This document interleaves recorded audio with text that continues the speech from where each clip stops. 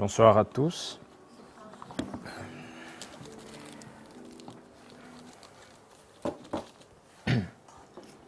Je vais essayer de dire tout ce que j'ai à dire, mais j'avais un peu mal à la gorge jusqu'il y a quelques jours. Si vous ne m'entendez pas bien, vous pouvez juste me demander de répéter, il n'y a pas de problème. Donc, vous avez déjà vu, notre sujet aujourd'hui, c'est l'évolution des esprits ou la progression des esprits. Et j'ai pensé à ce thème-là en réfléchissant à toutes les croyances qui sont encore présentes dans nos mondes, qui sont plutôt mythologiques que réelles. Et la doctrine spirite, elle vient aussi nous éclairer à propos de cette question-là. Parce que depuis très longtemps, il existe la croyance plus ou moins généralisée en l'existence des anges et des démons. Selon cette croyance, les anges sont des créatures célestes qui ont été créées par Dieu déjà parfaites, déjà pures depuis leur origine, et qui sont des messagers divins qui agissent selon la volonté des dieux, selon ses desseins. Les démons, par contre, sont considérés comme des esprits du mal, des anges déchus. Selon la tradition de l'Église, d'après ce que je me souviens, les anges sont partagés en général en 3 catégories. Il y a une catégorie pour classer les anges qui sont responsables de s'occuper du ciel, du paradis. Une autre catégorie qui comprend les anges qui s'occupent de la gestion de l'univers. Et une 3e catégorie où sont classés les anges qui s'occupent de la terre. C'est dans cette 3e catégorie qu'on va trouver par exemple les anges gardiens, qui prennent soin de chacun de nous. C'est aussi de cette même catégorie qui sont issus les démons. Parce qu'à leur origine, ils étaient des anges qui se sont révoltés contre l'autorité des dieux et qui sont ainsi devenus les représentants du mal, pour avoir rejeté Dieu. Cette même croyance, transmise au peuple par l'Église pendant longtemps, considère que les anges ne se prêtent pas à satisfaire les caprices des hommes, qu'ils ne viennent pas ici pour satisfaire notre curiosité. Et quand ils le font, quand ils viennent transmettre un message, c'est suivant un ordre divin. On considère aussi que l'âme des gens qui sont déjà morts repose en attendant le jour du jugement dernier, et que de cette manière-là, eux ne peuvent pas non plus se communiquer avec ceux qui sont encore en vie, en terre. Les démons, par contre, ils ont accès à nous, et c'est à leur propre intérêt, parce qu'ils souhaitent nous dévier du bon chemin, ils nous emporter de leur côté. En plus, comme ils sont des anges à leur origine, ils ont toute la connaissance, toute l'intelligence, et aussi, ajoute à ça, l'astuce pour nous confondre et pour masquer les mensonges derrière de fausses vérités. Toute cette théorie est contraire à la bonté et à la justice parfaite de Dieu, pour au moins 3 raisons différentes. La première, c'est que si Dieu est infiniment juste, pourquoi il aurait créé des anges, des êtres déjà purs, depuis leur origine? Il aurait laissé à d'autres créatures tout le travail de souffrir, de lutter contre les difficultés, ou encore créer d'autres créatures qui seraient destinées à rester dans le mal pour toujours. Si Dieu est infiniment bon, il doit aussi vouloir le bien de ses enfants. Donc pourquoi il nous laisserait ici sur terre, soumis à l'influence des démons, et garderait de son côté les anges juste pour transmettre quelques messages de temps à autre? S'il veut notre bien, il ne peut pas nous laisser comme ça, livrés à ces mauvaises influences. Et aussi, on peut se demander pourquoi les anges, pour entrer en contact avec nous, ont besoin de l'autorisation de Dieu, mais les démons, qui sont aussi ces créatures, peuvent avoir accès à nous autant qu'ils veulent, quand ils veulent. Est-ce qu'ils ne sont pas soumis à l'autorité des dieux? S'ils ne sont pas soumis à l'autorité des dieux, ils sont aussi puissants que lui. Donc on voit que cette idée traditionnelle par rapport aux anges et démons est illogique et ne répond plus à nos besoins de compréhension de la vie spirituelle. De toute façon, c'était ça la croyance quand les premières manifestations spirites ont eu lieu dans notre époque. Peut-être la majorité parmi vous avait déjà entendu que on considère comme première manifestation celle qui a eu lieu en 1848 à Rochester, dans l'État de New York aux États-Unis, chez la famille Fox. Il y avait quelque chose qui se passait chez eux, ils entendaient des bruits, et comme si quelqu'un frappait la structure de la maison. Et ils sont entrés en communication avec cet être qui était à l'origine de ces bruits. Et la petite fille de la famille, elle s'est mise à applaudir une fois, deux fois, trois fois, et elle demandait à cet esprit, ou cet être, ou ce démon, on ne sait pas, de répéter ce qu'elle faisait. Je ne vais pas entrer dans les détails de cette manifestation, mais à chaque fois qu'elle faisait quelque chose, les bruits imitaient ce qu'elle avait fait. Mais il y a un petit détail, pas très important, mais qui est intéressant pour nous. Est-ce que vous savez comment cette petite fille avait surnommé cet esprit? Elle l'appelait Monsieur Pied Fourchu. Parce qu'elle pensait qu'elle était en communication avec un démon. Et pour elle, selon l'image d'un démon, il avait les pieds fendus ou fourchus, comme par exemple le pied d'un cochon. Donc on voit que c'est vraiment une image mythologique du mal. Avec les années, ces manifestations se sont multipliées.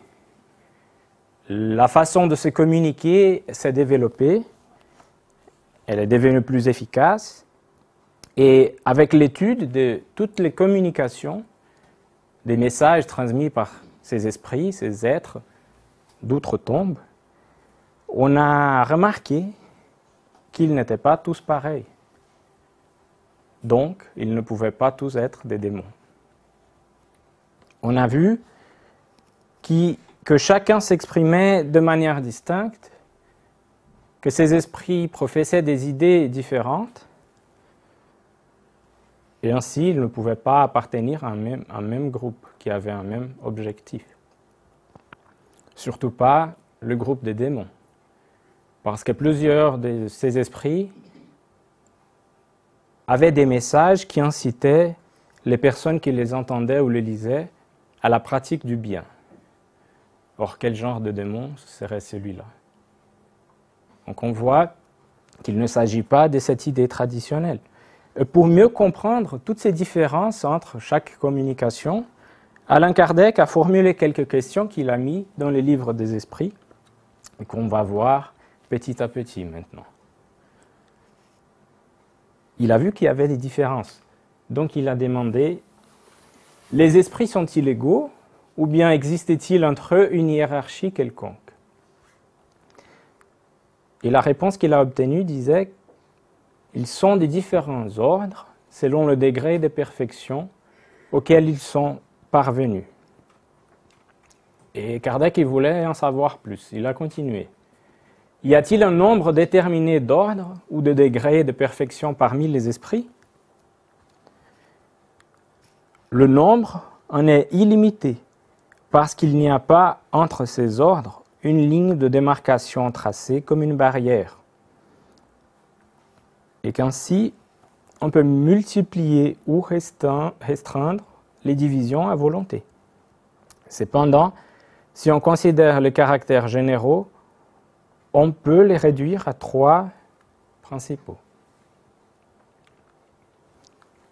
Et il continue. On peut placer au premier rang ceux qui sont arrivés à la perfection, les purs esprits. Ceux du second ordre sont arrivés au milieu de l'échelle. Le désir du bien est leur préoccupation. Ceux du dernier degré sont encore au bas de l'échelle, les esprits imparfaits. Ils sont caractérisés par l'ignorance, les désirs du mal et toutes les mauvaises passions qui retardent leur avancement. Et Kardec, il voulait s'approfondir encore plus, donc il a posé une question à propos de ce second ordre, où sont placés les bons esprits. Donc, les esprits du second ordre n'ont-ils que le désir du bien? Ont-ils aussi le pouvoir de le faire? Parce que c'est bien différent, ça. Je peux souhaiter le bien pour moi, pour ma famille, pour tout le monde, mais ne rien faire pour le produire. Ou je peux avoir la capacité de pratiquer ce bien. Donc, la réponse dit qu'ils ont ce pouvoir suivant le degré de leur perfection. Les uns ont la science, donc la connaissance, les autres ont la sagesse et la bonté, mais tous ont encore des épreuves à subir, parce qu'ils ne sont pas encore purs. Et finalement, il a demandé si les esprits du troisième ordre sont tous essentiellement mauvais. Et la réponse dit que non. Les uns ne font ni bien ni mal. D'autres, au contraire, se plaisent au mal et sont satisfaits quand ils trouvent l'occasion de le faire. Et puis, il y a encore les esprits légers ou fourlés, plus brouillons que méchants, qui se plaisent plutôt à la malice qu'à la méchanceté, et qui trouvent leur plaisir à mystifier et à causer des petites contrariétés dont ils se rient. Donc, en se basant sur ces réponses et sur une observation approfondie, détaillée du caractère de chaque esprit qui se communiquait, Kardec a pu établir une échelle pour classer tous les esprits. À partir de ces 3 ordres proposés dans ces réponses qu'il a obtenues, il a créé des subdivisions, pour être plus précis, 10 subdivisions, avec des classes d'esprits qui sont distribuées dans ces 3 ordres. La classification de chaque classe et de chaque ordre est basée sur le degré d'avancement de chaque esprit, sur ce qu'il a comme vertu, mais aussi en relation avec ce qu'il doit encore développer. Donc, avant d'étudier, de nous approfondir dans cette échelle, je voulais juste qu'on soit attentif à quelques remarques de Kardec.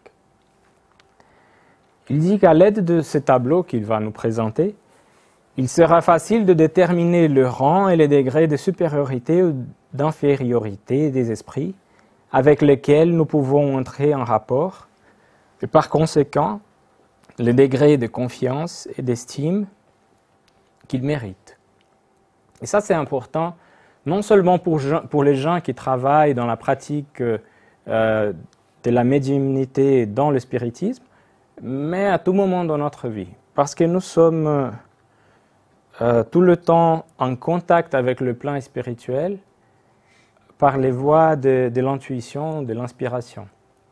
Parfois, nous avons des idées qu'on a l'impression qu'ils ne viennent pas de notre esprit, mais d'ailleurs. Et par le genre d'idées qui nous viennent comme ça, on peut juger de quel genre d'esprit essaye de nous inspirer. Et on peut aussi juger nos propres pensées pour savoir plus ou moins dans quelle classe on se trouve. Et pour être conscient du progrès qu'on doit encore accomplir. C'est en quelque sorte la clé de la science spirite. Donc, il parle de ce tableau, car il peut seul rendre compte des anomalies que présentent les communications en nous éclairant sur les inégalités intellectuelles et morales des esprits. Donc, pour Kardec, la compréhension de ces différentes classes d'esprits est d'une importance capitale pour tous ceux qui veulent travailler dans la pratique de la médiumnité. Donc c'est très important pour les gens qui sont partie d'un groupe médiumnique de connaître ces différences pour être en mesure de juger correctement ce qu'ils reçoivent comme message. Parce que normalement, on a la tendance de croire que tout esprit est capable de donner n'importe quelle réponse. Et ce n'est pas vrai. Donc, il faut qu'on soit en mesure de comparer, de prendre en considération chaque détail pour faire la différence. Nous ferons observer toutefois que les esprits n'appartiennent pas toujours exclusivement à telle ou telle classe. Leur progrès ne s'accomplissant que graduellement et souvent plus dans un sens que dans un autre, ils peuvent réunir les caractères de plusieurs catégories, ce qu'il est aisé d'apprécier à leur langage et à leurs actes. Donc pour qu'on comprenne ça, il faut qu'on ait en tête que les esprits ils ne vont pas évoluer par des échelons. Ça ne veut pas dire qu'il va sauter du 2e degré ou 2e classe au 9e, etc. La progression, elle est continuelle. Et probablement, si on considère pour qu'on ne juge pas d'autres personnes, on peut se considérer à soi-même. Donc si je réfléchis à mes caractères et j'essaie de me placer dans ces classes, je vais aussi voir que j'ai plusieurs caractères qui appartiennent à d'autres classes. C'est comme si j'avais un pied dans une classe, un autre pied dans l'autre, les bras dans l'autre. Vous verrez, faites l'exercice pendant que je montre les caractéristiques. Donc nous allons commencer par le 3e ordre, qui est celui des esprits imparfaits. Avant de passer à chaque classe, on va voir les caractères généraux. Donc, on voit chez eux la prédominance de la matière sur l'esprit. Pour eux, tout ce qui est matériel est plus important. Ils ont la propension au mal, de l'ignorance, de l'orgueil, de l'égoïsme et des mauvaises passions, les mêmes qui nous entraînent aussi, toutes les mauvaises passions que nous avons ici. Ils ont du mal à comprendre Dieu, à comprendre la justice de Dieu. Certains sont mauvais, d'autres ne sont pas mauvais, ils sont malicieux ou légers ou inconséquents. Quelques-uns ne font ni bien ni mal, mais juste par le fait qu'ils ne font pas le bien, ça démontre déjà leur infériorité. D'autres se plaisent à l'occasion de faire le mal.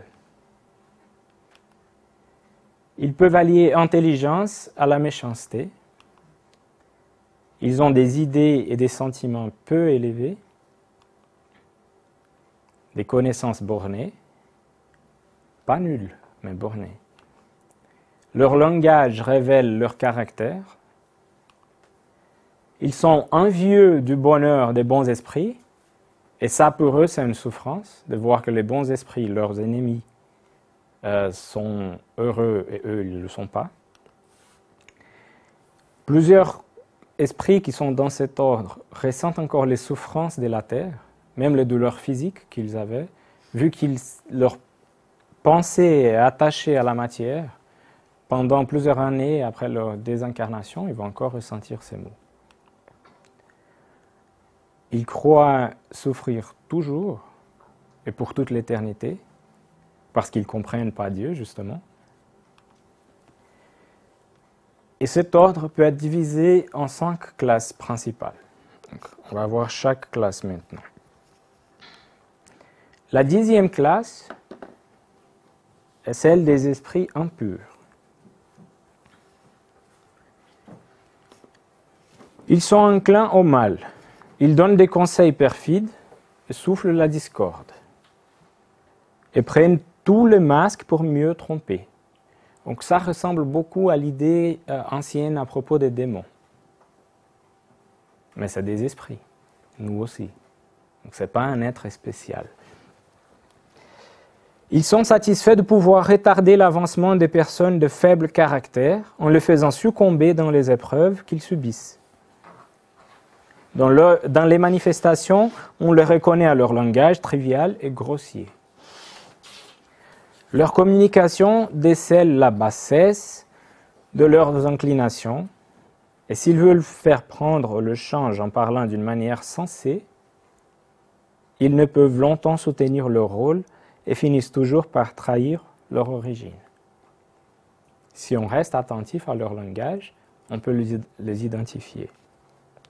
Quand ils sont incarnés, donc dans le même état que nous, ils sont inclins à tous les vices qu'engendrent les passions viles et dégradantes, la sensualité, la cruauté, la fourberie, l'hypocrisie, la cupidité, l'avarice sordide.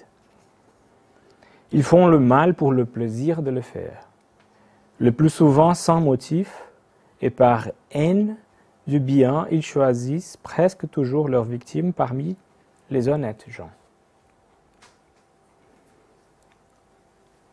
Donc on peut peut-être même identifier dans notre mémoire quelqu'un qu'on a déjà rencontré dans cette vie. On peut même peut-être retrouver certains caractères qui nous correspondent un petit peu, peut-être. 9e classe, les esprits légers. Les esprits légers sont ignorants, malins, inconséquents et moqueurs. Ils se mêlent de tout, ils répondent à tout sans se soucier de la vérité. Ils se plaisent à causer de petites peines et de petites joies, à faire des tracasseries, à induire malicieusement en erreur par des mystifications. Ils sont sous la dépendance des esprits supérieurs qui les emploient souvent comme nous le faisons des serviteurs. Dans leur communication avec les hommes, leur langage est quelquefois spirituel et facétieux, mais presque toujours sans profondeur. S'ils empruntent des noms supposés, c'est plus souvent par malice que par méchanceté. Donc Kardec, il parle de cette question du nom parce qu'il recevait des milliers et milliers de messages, parfois signés par des noms très importants, même par Jésus. Et c'était sa responsabilité de lire attentivement chaque petit détail et retrouver s'il y avait une faille dedans. Parce qu'il ne pouvait pas se tromper dans la constitution des œuvres du spiritisme. Donc il avait plusieurs fois du contact avec ce genre d'esprit.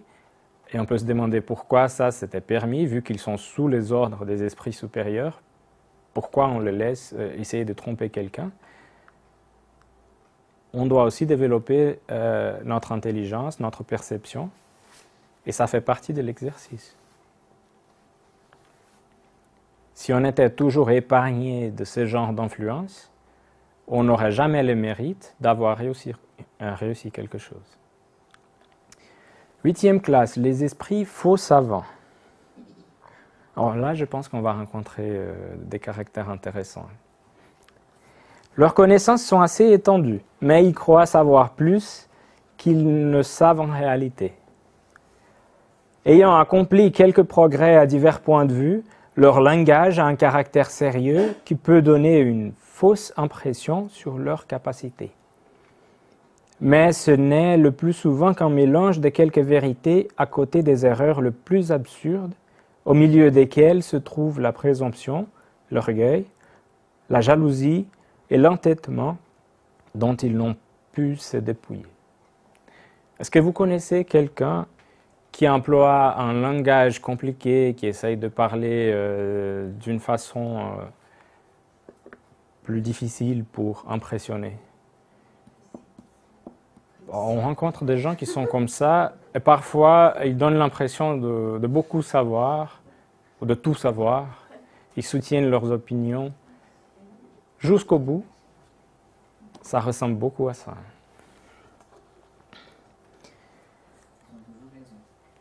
Oui, ils ont toujours raison.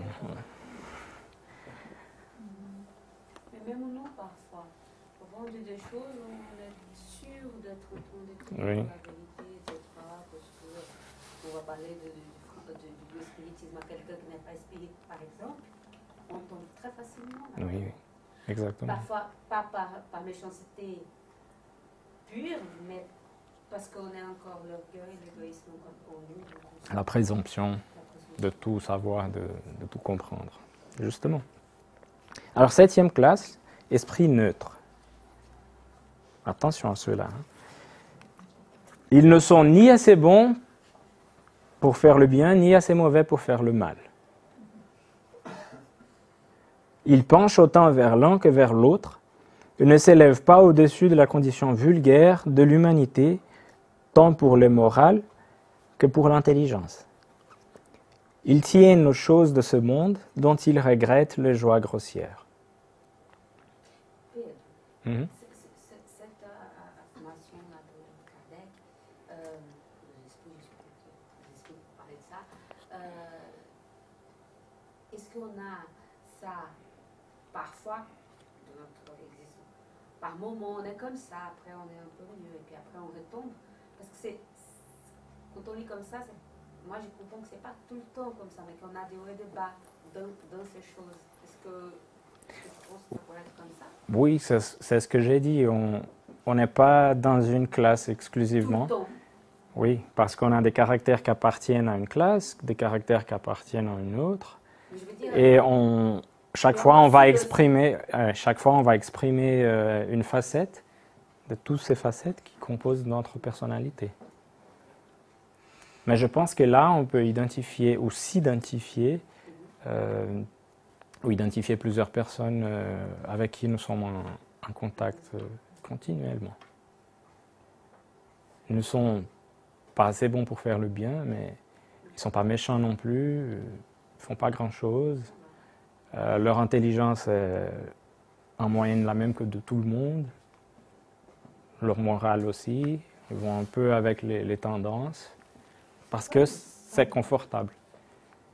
Oui? J'ai pas compris la dernière phrase. Ils tiennent les choses de ce monde dont ils regrettent. Pour eux, les choses de ce monde sont très importantes. Et quand ils quittent la terre, après la mort, ils ressentent le manque de ces choses qu'ils avaient ici sur terre, les choses matérielles. C'est les joies grossières. Oui, du point de vue spirituel, on a beaucoup de joies grossières ici sur terre. Les choses qui sont passagères, le petit plaisir. Ouais. La joie est bien différente du bonheur.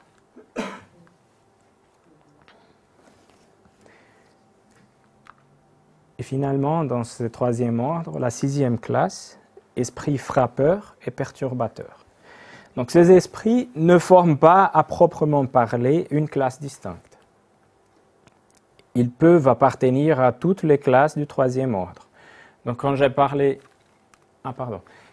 de cet esprit qui s'est manifesté à Rochester aux États-Unis, chez la famille Fox, on ne sait pas dans quelle classe il était, mais on sait certainement qu'il était un esprit frappeur, parce qu'il se manifestait par des coups, par des sons frappés dans la structure de la maison. Ils manifestent souvent leur présence par des effets sensibles et physiques, tels que le coup, le mouvement et les déplacements anormaux des corps solides, l'agitation de l'air, etc. Ils paraissent plus que d'autres attachés à la matière. Tous les esprits peuvent produire ce phénomène, mais les esprits élevés le laissent en général dans les attributions des esprits subalternes, plus aptes aux choses matérielles qu'aux choses intelligentes. Quand ils jugent que des manifestations de ces genres sont utiles, ils se servent de ces esprits comme auxiliaires. Donc c'est comme on a vu pour les esprits légers, tous ces esprits ils sont sous les ordres des esprits qui sont supérieurs à eux. Tout au début du spiritisme, on avait beaucoup de manifestations physiques, des tables qui bougeaient, qui parlaient, entre guillemets. Tout ça, pour faire ça, les esprits supérieurs employaient ces esprits frappeurs. Pour après quelques années, avec le développement de la science spirit, pouvoir se communiquer de manière plus efficace. Donc, ces 5 premières classes représentent le premier ordre, celui des esprits imparfaits, qui est l'ordre dans lequel se place la grosse majorité de l'humanité terrestre. On peut identifier en nous beaucoup de caractères que nous avons vus sur ces slides. Malheureusement, je suis désolé de le dire, mais en tout cas pour moi, je peux dire que j'ai vu beaucoup de choses auxquelles je m'identifie. Mais on va aussi retrouver des caractères intéressants chez les bons esprits que nous considérons que nous avons aussi, même que ce soit au début de leur développement. Donc on va voir maintenant le deuxième ordre, c'est l'ordre des bons esprits. Et comme on a fait précédemment, on va voir le caractère généraux d'abord. Donc, ils ont la prédominance de l'esprit sur la matière, contrairement aux esprits imparfaits. Ils ont continuellement le désir du bien. Certains ont la science, la connaissance, ce sont des savants. D'autres ont la sagesse. Et d'autres ont la bonté. Les plus avancés dans cet ordre combinent tous ces caractères pour former un énorme savoir et moralité. C'est les esprits supérieurs. Ils ne sont pas encore complètement dématérialisés parce qu'ils ne sont pas purs. Ils ont tous encore des épreuves à subir pour pouvoir arriver à cette dématérialisation. Ils comprennent Dieu et l'infini, contrairement aux esprits imparfaits. Ils sont heureux de faire le bien et empêcher le mal. Ils jouissent la félicité des bons. C'est cette félicité-là qui provoque de la jalousie, de l'envie chez les esprits imparfaits. L'amour les unit à tous. Ni l'envie, ni le remords, ni aucune de mauvaise passion perturbe leur bonheur. Ils suscitent des bonnes pensées chez nous, par exemple. Protègent ceux qui s'en rendent dignes, donc ceux qui veulent vraiment leur aide et qui font l'effort et qui ont de la bonne volonté pour mettre en pratique ces bonnes pensées, ils le protègent. Quand ils sont incarnés, ils sont bons et bienveillants. Ils ne ressentent ni haine, ni rancune, ni jalousie. Ils ne se motivent ni par l'orgueil, ni par ambition, ni par égoïsme. Ils font le bien tout simplement pour le bien, sans aucun intérêt. Et on peut le diviser en 4 classes principales. Donc là, c'est devenu plus difficile, hein. Ça c'est un défi pour nous. Aucune motivation par orgueil, par ambition, par égoïsme. Moi, je me suis arrêté là. J'ai retrouvé beaucoup de complications là-dessus. Donc, 5e classe, esprit bienveillant.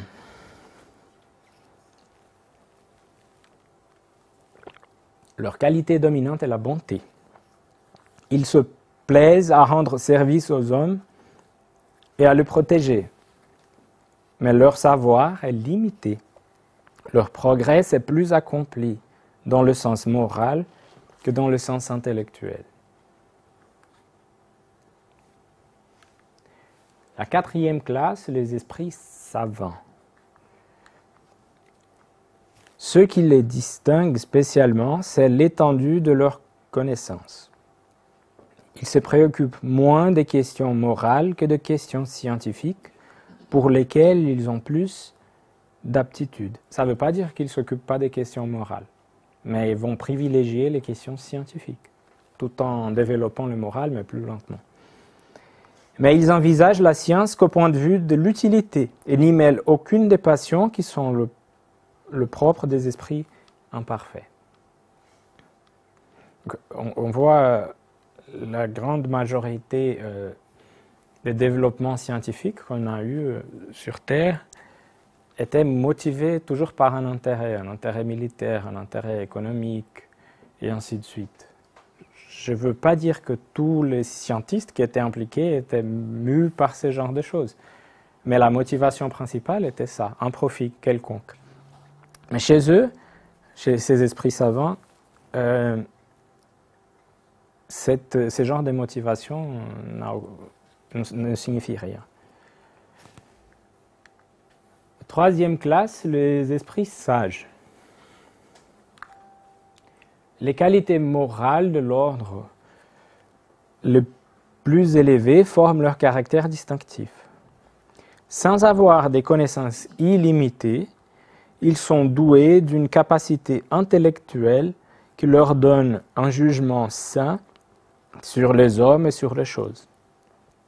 Non seulement ils ont le savoir qui est développé, ils ont aussi le moral, et ces capacités combinées leur donnent la capacité, le pouvoir de juger correctement les autres.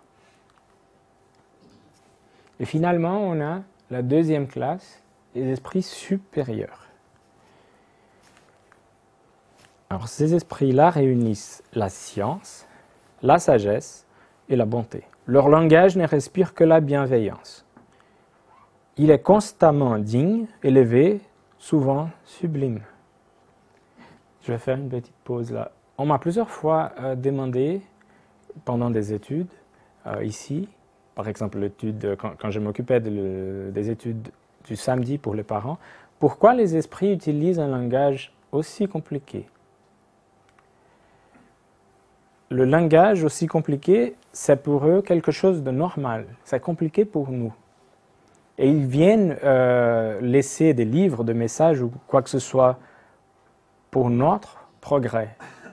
On ne peut pas espérer qu'ils se rabaissent à notre langage, souvent trop simple, trop limité. Donc avec ça aussi, on apprend à développer notre langage. Ça ne veut pas dire qu'on développe notre morale en améliorant le langage, mais ça fait aussi partie d'un développement intellectuel. Leur supériorité leur rend plus que les autres aptes à nous donner les notions les plus justes sur les choses du monde incorporel dans les limites de ce qu'il est permis à l'homme de connaître. Ils se communiquent volontiers à ceux qui cherchent la vérité de bonne foi et dont l'âme est assez dégagée des liens terrestres pour la comprendre. Mais ils s'éloignent de ceux qu'anime la seule curiosité ou que l'influence de la matière détourne de la pratique du bien. Parce qu'ils ne vont pas passer leur temps à enseigner quelque chose à quelqu'un si ça n'a pas un objectif tourné vers le bien. C'est ça leur but à la fin, le bien à tout moment. Lorsque par exception ils s'incarnent sur la terre, c'est pour y accomplir une mission de progrès. Et ils nous offrent alors le type de la perfection à laquelle l'humanité peut aspirer ici-bas.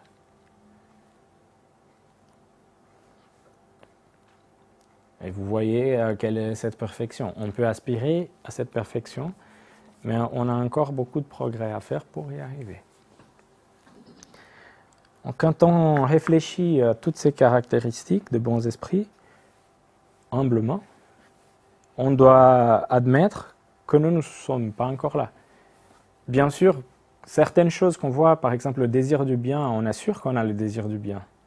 On ne désire pas le mal aux autres. Mais l'étendue de ce genre de caractéristiques qu'on identifie chez nous est limitée. Le plus souvent, j'ai le désir du bien pour moi, pour ma femme, pour mes parents, mes sœurs, mes frères, mes enfants, quelques amis, quelques collègues. Et quand ça va trop loin, je vois que c'est difficile, je dois abdiquer de beaucoup de choses, je dois faire beaucoup de sacrifices. Donc hop, on s'arrête là. Pour eux, il n'y a pas de distinction. Ils souhaitent, ils veulent le bien pour tous. Donc on est en train de développer ça. On va y arriver un jour. Et finalement, nous arrivons au premier ordre, le pur d'esprit. C'est aussi la première classe, qu'Allan Kardec a appelé classe unique, puisqu'il ne fallait pas faire de différence dans cet ordre. Donc on va appeler classe des purs esprits. Influence de la matière nulle, 100% de pureté. Supériorité intellectuelle et morale absolue, par rapport aux esprits des autres ordres. Ils ont parcouru tous les degrés de l'échelle et dépouillé toutes les impuretés de la matière. Ayant atteint la somme de perfection dont est susceptible la créature, ils n'ont plus à subir ni épreuve, ni expiation. N'étant plus sujets à la réincarnation dans des corps périssables, c'est pour eux la vie éternelle qu'ils accomplissent dans le sein de Dieu. Ils jouissent d'un bonheur inaltérable, parce qu'ils ne sont sujets ni aux besoins ni aux vicissitudes de la vie matérielle. Mais ce bonheur n'est pas celui d'une oisivité monotone, passée dans une contemplation perpétuelle. Parce qu'il faut faire la différence ici aussi. On pensait que tous ceux qui avaient accès au paradis, ou les anges par exemple, passaient le reste de l'éternité en contemplation, en repos. C'est pas comme ça. Ils sont les messagers et les ministres de Dieu dont ils exécutent les ordres pour le maintien de l'harmonie universelle. Ils commandent à tous les esprits qui leur sont inférieurs, les aident à se perfectionner et leur assignent leur mission. Assister les hommes dans leur détresse, les exciter au bien ou à l'expiation des fautes qui les éloignent de la félicité suprême, est pour eux une douce occupation. On les désigne quelquefois sous le nom d'anges, archanges ou séraphins. Les hommes peuvent entrer en communication avec eux, mais bien présomptueux serait celui qui prétendrait les avoir constamment à ses ordres. Un petit bout qui manquait là. Donc c'est au sommet de cette classe que se trouve Jésus-Christ, le type le plus parfait que Dieu a donné à l'homme, à l'humanité de la terre, pour leur servir d'exemple, dont la doctrine d'amour exprime parfaitement la loi de Dieu et qui nous incite toujours au bien, à l'amour, au pardon et à la justice.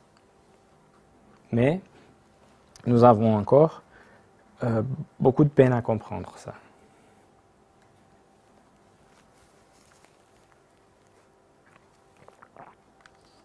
Donc juste pour résumer, parmi les imparfaits, on a les impurs, légers, neutres, faux savants et frappeurs perturbateurs. Parmi les bons esprits, les bienveillants, les savants, les sages et supérieurs. Et les purs esprits. Donc il est là, Jésus.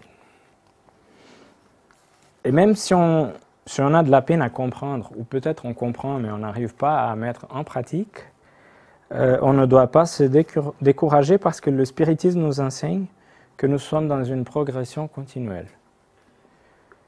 Les esprits qui aujourd'hui s'identifient avec l'ordre des esprits imparfaits, par exemple, ne sont pas contraints à y rester pour toute l'éternité. Ils peuvent avancer. Et ça dépend plus d'eux-mêmes que de Dieu ou de quiconque d'autre. Donc, on comprend que notre destinée, si on est là, là ou là, notre destinée est la pureté. Même si elle nous paraît impalpable ou inatteignable au jour d'aujourd'hui. Mais il n'y a personne qui se maintient figé, parce que la loi de progrès est la même pour tous. Quand Kardec a établi ces tableaux ou ces classements, il voulait encore savoir si Dieu avait créé les esprits comme ça. Est-ce que certains ont été créés impurs, d'autres légers, d'autres savants et d'autres purs? Donc il a demandé si les esprits sont bons ou mauvais par leur nature, ou bien sont-ce les mêmes esprits qui s'améliorent. Donc on apprend que c'est les mêmes esprits qui s'améliorent. En s'améliorant, ils passent d'un ordre inférieur dans un ordre supérieur. Donc peu à peu, on fait des petits pas en avant, qu'on a de la peine à sentir, à remarquer.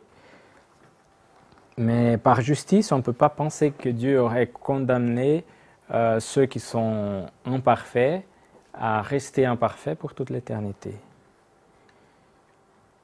C'est pour ça qu'Allan Kardec a demandé, parmi les esprits, les uns ont-ils été créés bons et les autres mauvais?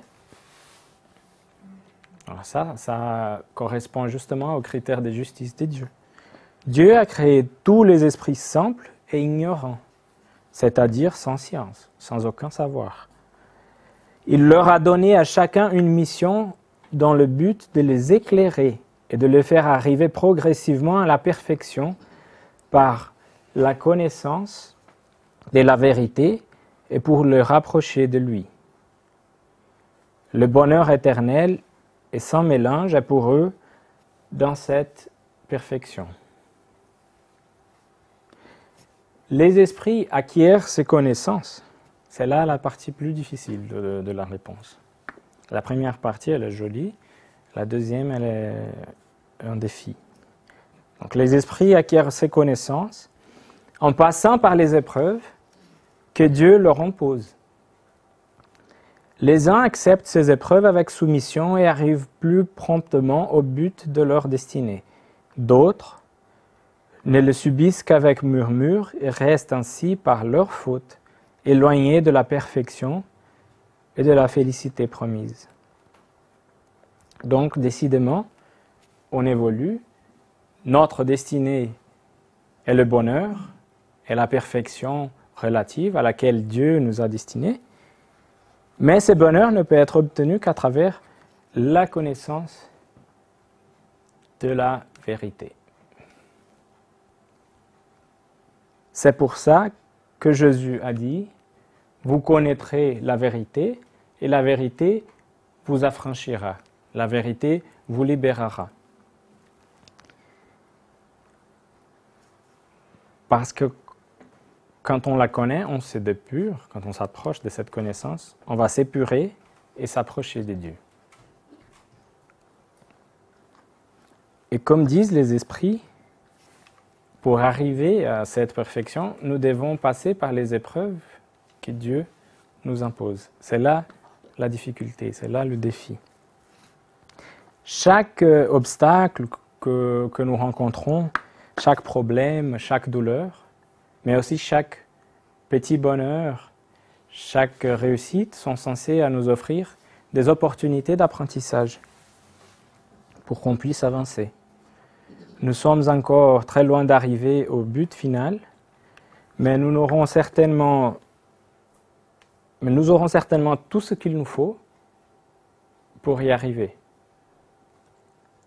On peut se retrouver maintenant dans une telle souffrance qu'on croit qu'elle sera éternelle, qu'elle ne sera jamais finie. Peut-être qu'on ne voit pas la lumière au bout du tunnel. Mais les esprits nous disent que cette souffrance, elle sera toujours limitée. Allan Kardec a demandé si la durée des souffrances de l'esprit pourrait être éternelle. Et la réponse, elle frappe un peu parce qu'ils disent sans doute, s'il était éternellement mauvais, c'est-à-dire s'il ne devait jamais se repentir ni s'améliorer, il souffrirait éternellement. Mais Dieu n'a pas créé des êtres pour qu'ils soient voués au mal à perpétuité. Il ne les a créés que simples et ignorants, c'est tout. Et tous doivent progresser dans un temps plus ou moins long, selon leur volonté. La volonté peut être plus ou moins tardive, comme il y a des enfants plus ou moins précoces. Mais elle vient tôt ou tard par l'irrésistible besoin qu'éprouve l'esprit de sortir de son infériorité et d'être heureux. Vous imaginez un esprit qui, pendant une vie, aimait beaucoup quelqu'un. Et les deux, ils sont décédés, ils vivent dans le monde spirituel. Lui, il est voué au mal, et cette personne qu'il aimait a changé d'avis, a décidé de se retourner vers le bien. Et il voit cette personne aimée s'éloigner, jusqu'au jour où il ne la voit plus. Et il ne sait plus quand est-ce qu'il va la rencontrer. Un jour, il pensera à cette personne, ou cette personne viendra vers lui et va réveiller en lui un sentiment oublié qui va le faire vouloir avancer, à corriger ses erreurs, pour qu'il puisse retrouver dans une autre condition avec cet même esprit qu'il aimait autant, le bonheur qu'il avait goûté brièvement dans cette vie.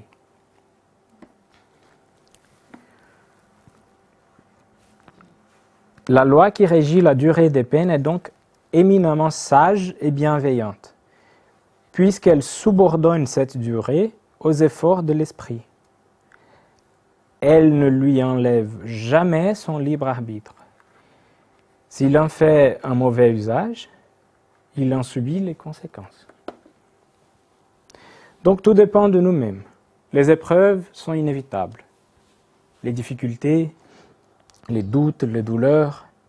Mais c'est à nous de décider si nous souhaitons profiter de ça pour avancer ou si on préfère se plaindre et rester arriéré par rapport aux autres qui avancent. De mauvaise volonté, on aura toujours l'impression que la douleur est plus forte et plus durable. On aura l'impression qu'on a été oublié. On aura l'impression que le problème n'a pas de solution, que ce tunnel obscur n'a pas de sortie. On oublie, quand on a de mauvaises volontés, qu'on a aussi l'aide de bons esprits, que nous avons des esprits gardiens et que nous pouvons prier Dieu de nous aider. Mais quand on est de bonne volonté, on trouve plus de force pour faire face aux difficultés. On envisage plus facilement des solutions, même que la solution soit demander de l'aide à quelqu'un d'autre. On arrive à imaginer une manière de contourner ou de résoudre les problèmes. On se souvient de prier. On se souvient par exemple de ce qu'on a eu il y a quelques semaines, présenté par Renato, qui a parlé du chapitre 27 de l'Évangile selon le spiritisme, qui dit qu'en moment de difficulté, on peut prier Dieu et il nous donnera de la patience, du courage et de la résignation. Il nous donnera aussi la possibilité de compter sur des bons esprits qui vont nous inspirer les solutions de nos problèmes pour que nous puissions prendre ces idées, les mettre en pratique, pour que le mérite de la solution soit à nous et pas aux autres. Le fait, c'est que si on souffre, on ne souffre pas pour toujours. Si on souffre pour une raison. Mais cette souffrance peut aussi nous aider à marcher vers le haut. Le spiritisme nous apprend qu'il n'existe dans la vie pas de fatalité arbitraire. Mais on peut peut-être dire que du point de vue de la vie spirituelle, nous sommes soumis à une fatalité. Et cette fatalité, c'est le progrès, qui va s'accomplir d'une manière ou d'une autre. Pour qu'on puisse avancer dans cette échelle spirituelle qu'on a vue aujourd'hui et arriver au sommet, plus ou moins tard, selon les efforts et la bonne volonté de chacun. Pour ça, la miséricorde de Dieu nous donne toutes les opportunités à travers toutes les réincarnations pour que chacun puisse avoir ce mérite d'avoir réussi. La seule mission qu'il a reçue de Dieu, de se perfectionner et s'épurer. Donc, il ne nous reste plus qu'à prier Dieu de nous donner la force pour faire face à tout ce que nous retrouvons de difficile dans notre vie, pour qu'on puisse continuer à avancer, même que petit à petit, dans cette progression, dans cette évolution spirituelle. Que le Maître Jésus soit avec nous dans cette entreprise compliquée. Je vous remercie de votre attention et on n'a pas de temps pour les questions, je suis désolé, je fais ça à chaque fois. Je pense que je vais parler 45 minutes et je parle plus. Merci. Donc je voulais juste peut-être dire quelque chose par rapport à la continuation en décembre. Je ne sais pas si vous êtes tous au courant. On va changer la façon de présenter les sujets ici. On va raccourcir ces exposés. Au lieu de faire 45 minutes, 1 heure, on va faire des exposés de 30 minutes, toujours basés sur un thème de l'Évangile selon le spiritisme. Pas un chapitre entier, mais un sujet dans un chapitre de manière plus approfondie. Et avant cette présentation de 30 minutes, on aura une autre personne qui va présenter pendant un quart d'heure une partie du livre des esprits de manière séquentielle pour qu'on puisse étudier le livre des esprits en même temps qu'on étudie de manière plus approfondie l'Évangile selon le spiritisme.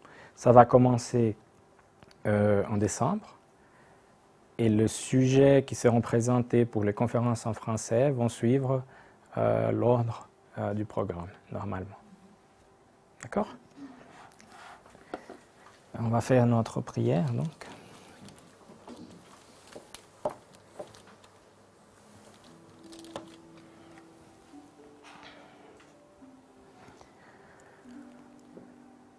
Dieu, Père d'amour et miséricorde, nous te remercions, Père, pour cette opportunité et pour nous avoir envoyé le concours des bons esprits qui nous aide ici à chaque fois à mieux comprendre les vérités présentées par la doctrine spirite.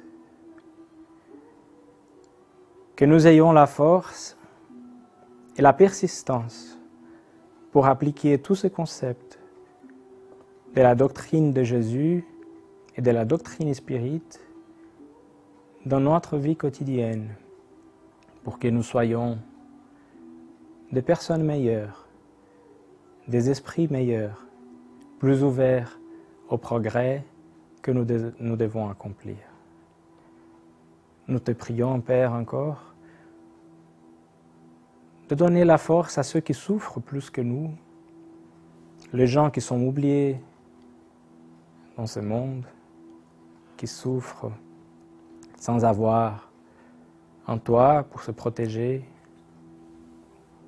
tous ceux qui n'ont pas à manger, ceux qui sont emprisonnés et souvent oubliés. Et nous te prions encore d'aider ceux qui gouvernent ce monde